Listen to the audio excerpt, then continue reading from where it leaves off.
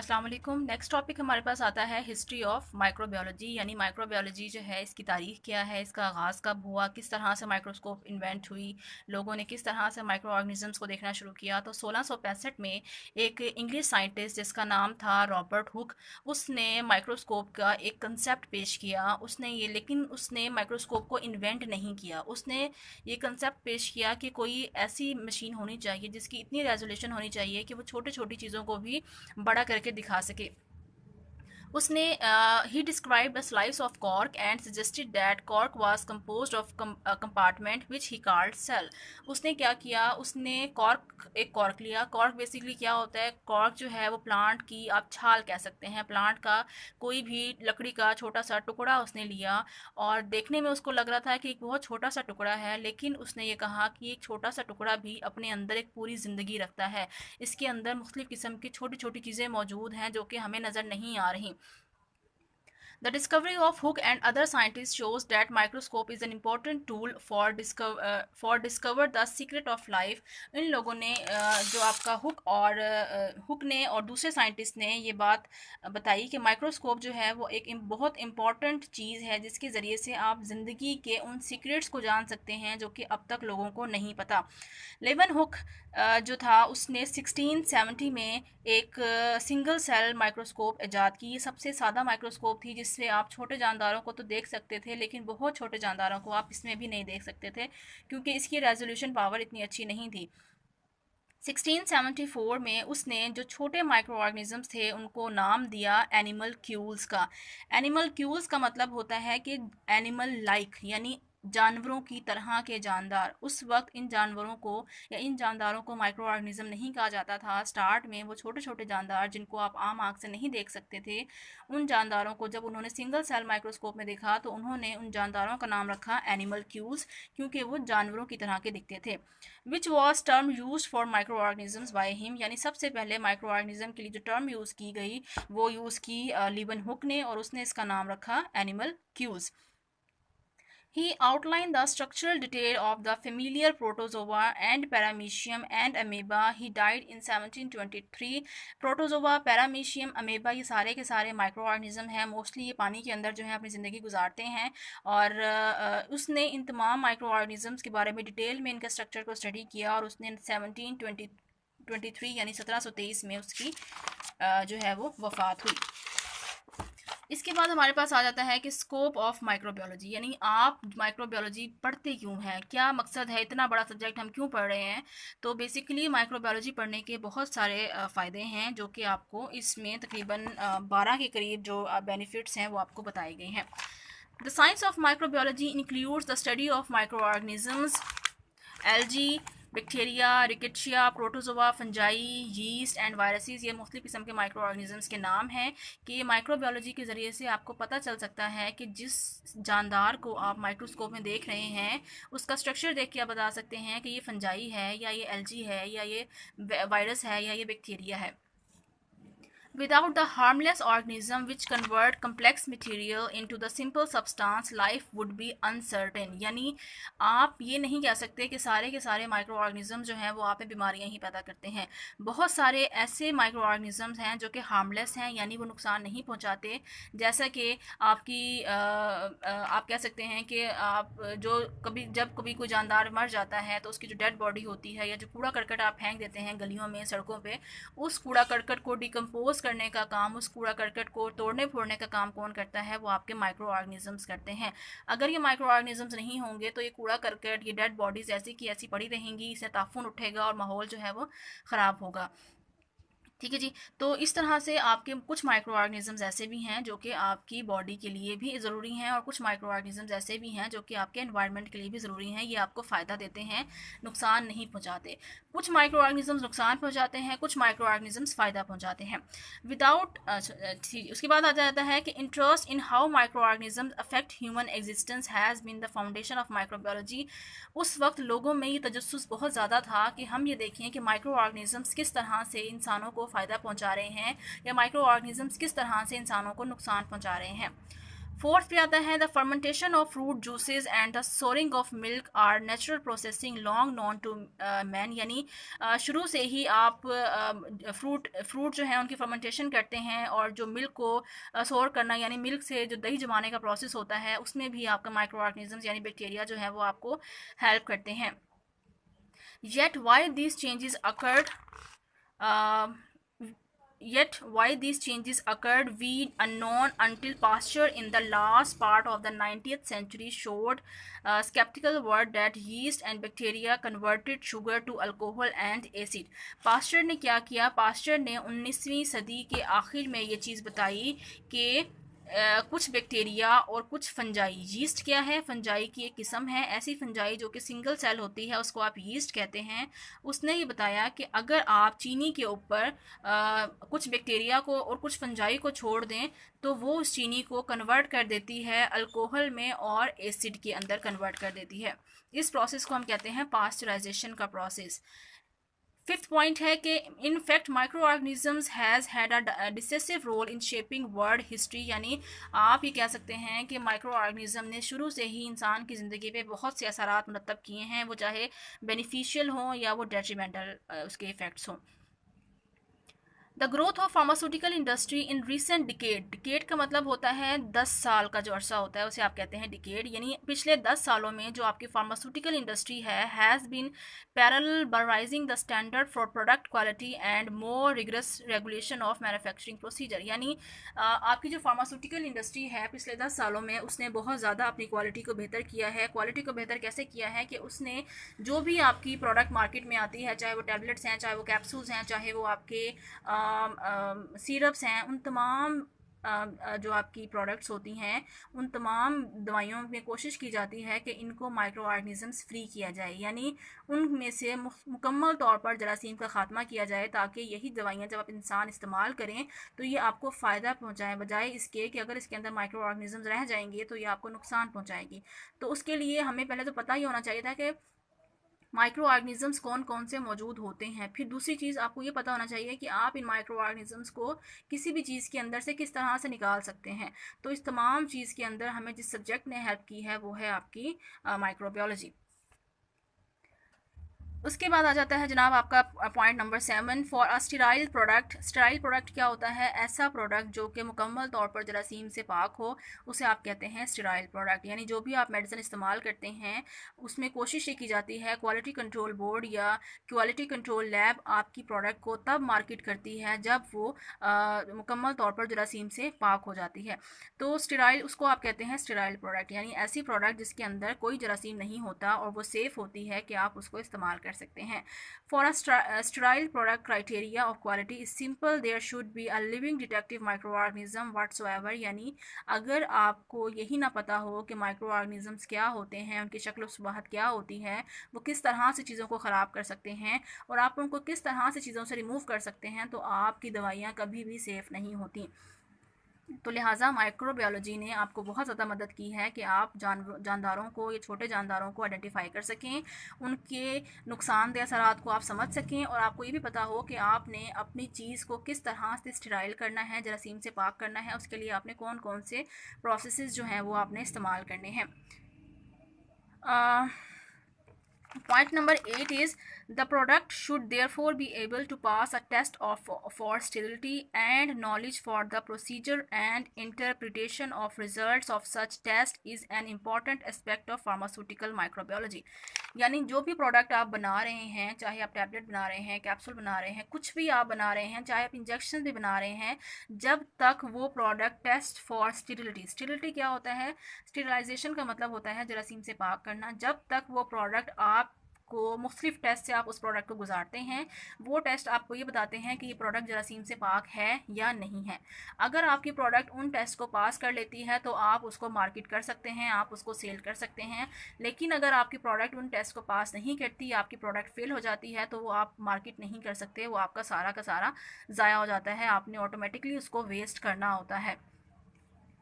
Then आ जाता है कि द प्रोडक्ट, ये हो गया जी। उसके बाद आ जाता है जनाब ninth, it is obvious that medicine contaminated with potentially pathogenic microorganisms are a safety hazard, so medicines administered by vulnerable routes or to the vulnerable areas of the body are manufactured as sterile products. आपको ये पता है कि जो medicine हैं वो contaminated होती हैं। कंटेमिनेटेड का मतलब होता है आलूदा हो सकती हैं with potentially pathogenic micro organisms. Pathogen का मतलब होता है कोई भी ऐसी चीज़ जो बीमारी पैदा करने की सलाहियत रखती है, उसको आप पैथोजन कहते हैं। अब आपको पता है कि आप मेडिसिन बना रहे हैं, आप टैबलेट बना रहे हैं, या आप मशीनों से बना रहे हैं, या आप हाथ से बना रहे हैं, उन तमाम केसेस में आपके हाथ के जरासीम, आपकी ज़मीन के जरासीम, आपके प्रोडक्ट के जरासीम ऑटोमेटिकली आपकी जो फाइनल मेडिसिन होगी उसके अंदर आएंगे। ठीक है जी। तो जिसकी वजह से वो एक सेफ्टी हैज़र्ड है, यानी उसको जब आप इस्तेमाल करेंगे तो वो आपको सेफ्टी नहीं देगी, बल्कि वो आपके लिए हैज़र्ड बन जाएगी, वो आपके लिए ख़तरा बन जाएगी अगर आपने कोई ऐसी मेडिसिन बनाई है जिसके अंदर जरासीम मौजूद हैं। So medicine administered by the vulnerable routes. Vulnerable routes क्या होते हैं? ऐसे तरीक़ेकार या ऐसे दवाई को इस्तेमाल करने के वो तरीके जो कि गैर महफूज तरीके होते हैं, यानी कि अगर आपने किसी को गलत इंजेक्शन लगा दिया तो आप उसको रिवर्स नहीं कर सकते, उसके जो नुकसानात होंगे वो बहुत ज़्यादा ड्रेडफुल होंगे। यानी अगर आप ओरल मेडिसिन खाएंगे और आपने उसमें कोई जरासीम मौजूद था तो बेसिकली आपको नुकसान पहुंचाएगा, लेकिन इतना ज़्यादा नहीं पहुंचाएगा जितना आपकी एक इंजेक्टेड मेडिसिन जो है वो पहुंचाएगी। अगर आपने एक दवाई ब्लड के अंदर लगा दी है, रगों के अंदर लगा दी है, तो वो डायरेक्ट आपके ब्लड के अंदर जा रही है। और जब इस तरह की दवाई आप इस्तेमाल करेंगे जिसके अंदर जरासीम मौजूद थे और आपने डायरेक्ट जरासीम किसी इंसान की रग के अंदर उतार दिया है, तो वो बहुत ज़्यादा हद तक ख़तरनाक नताइज जो है वो आपको देखने पड़ेंगे। लिहाजा जब भी आप कोई भी इंजेक्शन इस्तेमाल करें, चाहे आप उसको मसल के अंदर इस्तेमाल कर रहे हों, चाहे आप उसको वेन के अंदर इस्तेमाल कर रहे हों, या आप उसको इंट्रापेरिटोनियल इस्तेमाल कर रहे हों यानी पेट में लगा रहे हों, या सबकुटेनियस लगा रहे हों यानी आप उसको स्किन के ऊपर लगा रहे हों, हर इंजेक्शन के केस में आपने ये बात जहनशीन कर लेनी है कि वो हमेशा स्टेराइल होना चाहिए। उसमें किसी किस्म के जरासीम की पैदाइश या अफजाइश जो है वो नाकाबिल कबूल होती है।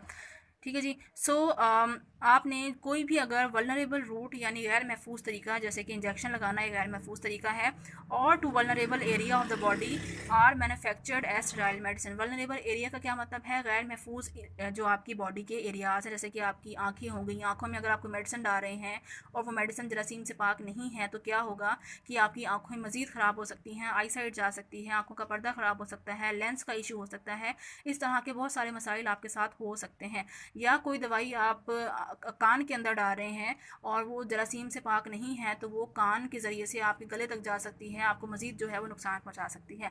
लिहाजा कोशिश ये करनी चाहिए कि आप जो भी तरीक़ाकार इस्तेमाल करें, जिस टाइप की दवाई इस्तेमाल करें, जिस रूट से आप उसको लगाएं, हमेशा जरासीम से पाक दवाई या स्टेराइल मेडिसिन जो है वो आपको इस्तेमाल करनी चाहिए। पॉइंट नंबर 10 आता है जनाब डिसइंफेक्शन। डिसइंफेक्शन का मतलब होता है कि जरासीम से पाक करना। Disinfection and the properties of chemicals used as antiseptic, disinfectants and preservatives are subject of which pharmacist and other person responsible for the manufacturing of medicines should have a knowledge both from the perspective of biocide use in the product formulation and manufacture। Basically बताने का मकसद ये है कि जो भी आप disinfectant बनाते हैं, डिसइंफेक्टेंट्स क्या होते हैं? डिसइंफेक्टेंट्स और एंटीसेप्टिक्स में फ़र्क मैंने शायद आपको पहले भी बताया है।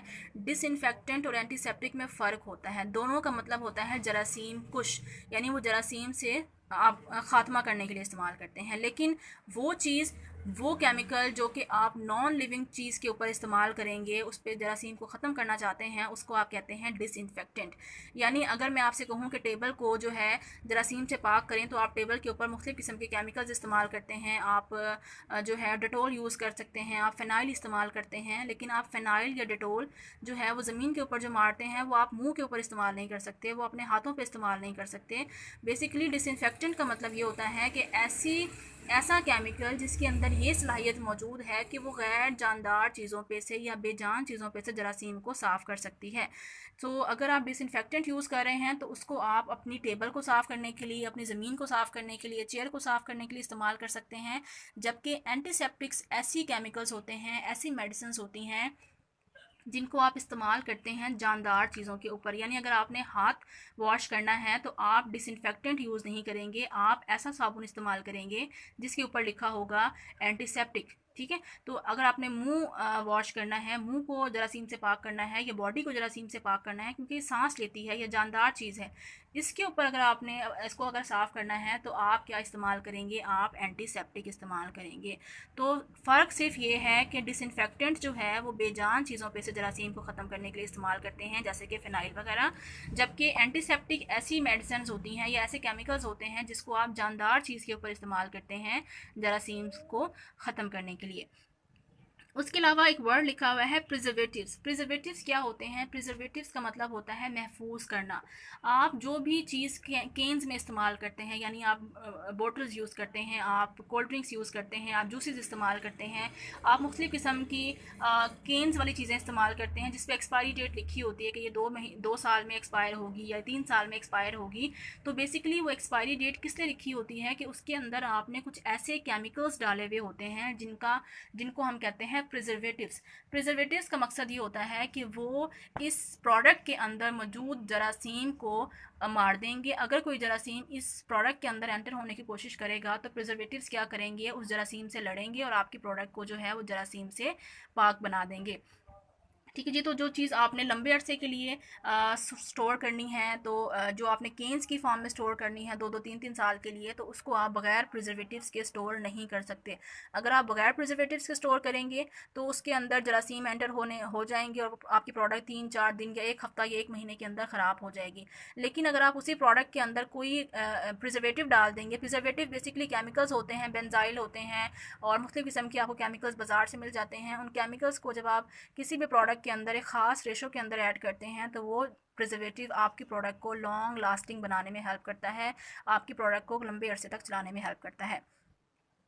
फिर आ जाते हैं जनाब, injections are also subjected to a test for pyrogens. Pyrogens क्या होते हैं? पायरोजेंस का मतलब होता है बुखार पैदा करने वाले केमिकल्स या नुकसान पहुंचाने वाले chemicals. These are the substance that cause a rise in the body temperature when introduced into the body. जब भी आप कोई भी इंजेक्शन इस्तेमाल करते हैं तो हमेशा इंजेक्शंस, जब भी कोई भी दवाई जो मार्केट में आती है वो टेस्ट के बगैर मार्केट में नहीं आती, उसके स्टेरिलिटी टेस्ट होते हैं। लेकिन जो इंजेक्शंस होते हैं उनके सबसे ज़्यादा स्टेरिलिटी टेस्ट होते हैं। उसकी बेसिक रीज़न ये है कि जो भी इंजेक्शन होता है वो डायरेक्ट आप ब्लड के अंदर अप्लाई कर रहे होते हैं या डायरेक्ट आप बॉडी के अंदर अप्लाई कर रहे होते हैं। तो ब्लड के अंदर जब चीज़ डायरेक्ट जाती है तो उसके नुकसान बहुत ज़्यादा होते हैं। अगर उसके अंदर माइक्रो ऑर्गेनिजम्स मौजूद थे तो इसका मतलब है कि एक पेशेंट पहले ही बीमार है, आप उसको ऑलरेडी बाहर से वो बीमार है और आप उसको दवाई की सूरत में भी माइक्रो ऑर्गेनिजम्स दे रहे हैं जिसकी वजह से वो मज़ीद बीमार हो सकता है। लिहाजा जब भी आपने कोई इंजेक्शन बनाना है तो आपने कोशिश करनी है कि इंजेक्शन जो है वो हर किस्म के स्टेरिलिटी टेस्ट को जो है वो पास करे, उसमें किसी किस्म का कोई भी पैथोजन यानी बीमारी पैदा करने वाला केमिकल या पायरोजन मौजूद ना हो। पायरोजन क्या होता है? कोई भी ऐसा कंपाउंड या कोई भी ऐसा केमिकल जो कि आपकी बॉडी के अंदर, कोई भी जरासीम जो आपकी बॉडी के अंदर एंटर हो और आप में बुखार पैदा कर दे। बुखार क्या होता है कि जब आपकी बॉडी का टेम्परेचर एक नॉर्मल पोजीशन से ऊपर चला जाता है तो उसको आप कहते हैं कि आपको बुखार हो गया है। बुखार में नॉर्मली आपका टेम्परेचर क्या होता है 98.6 डिग्री फ़ारेनहाइट, और बुखार में क्या होता है कि हमारा टेम्परेचर 99 डिग्री या 100 डिग्री फ़ारेनहाइट या 101 डिग्री या बाज़ औक़ात 104 डिग्री फ़ारेनहाइट तक पहुंच जाता है।